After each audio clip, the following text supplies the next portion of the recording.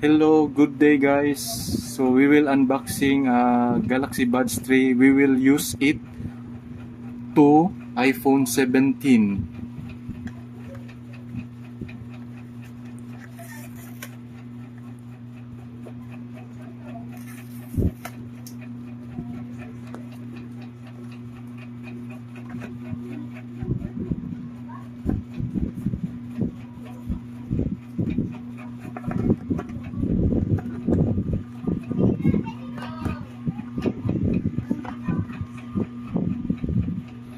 So this is the Samsung Galaxy Buds 3 in gray color, and so this is the box. What's on inside the box? So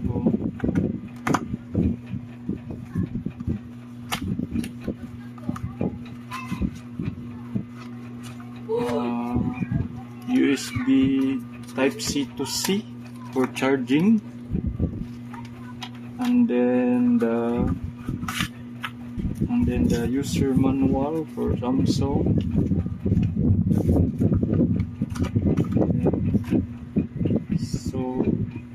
So this is the Samsung Galaxy Buds 3. No? So it's low battery, color red. So we will try color red.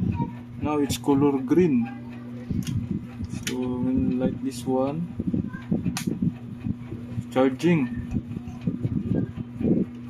So we will try to connect it into the iPhone 17.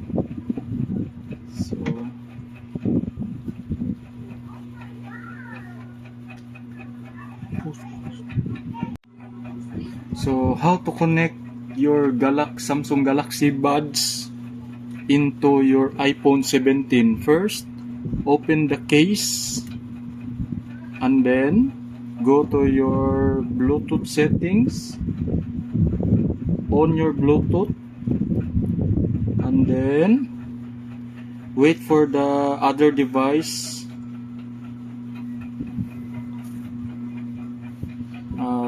It is searching on or off the Bluetooth on iPhone 17. If cannot search, just press here 3 seconds. We'll press here for 3 seconds. 1, 2, 3.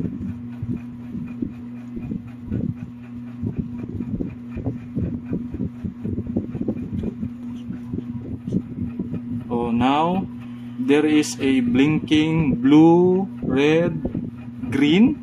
So now in other device, you can see now the Galaxy Buds 3 just connect. Then now it's connected. Now you can see connected to Samsung Galaxy Buds 3. So we will use it. So when you put the Samsung Galaxy Buds, I can hear the music, or what I mean, I can hear the sounds that you already wear. I think there is a sensor in the Samsung Galaxy Buds. So we will go to YouTube. We'll try to YouTube and then play some music.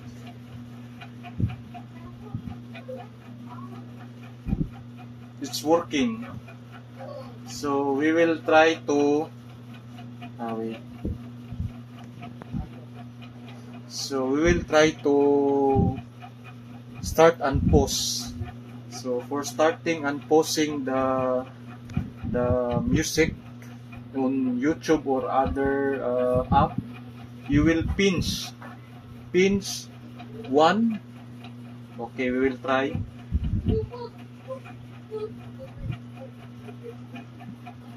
Oh, it's working. Pinch for 1 pinch, you will pause the player or the YouTube, and then pinch once again, so it will play. Oh, it's working. And then we will try by volume what I mean, to change the volume by lower to higher. So by doing it, you will touch and swipe down for low volume, swipe up for high volume. So we will try swipe here, uh, swipe up. Now it's working. Swipe up.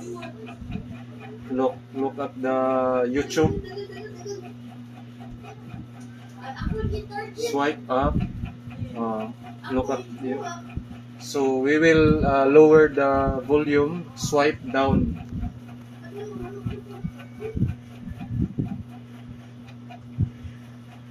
Look at this one. You can see. So the Galaxy Buds 3 is working on iPhone 17, but not in the app, direct only. So thanks for watching. Bye.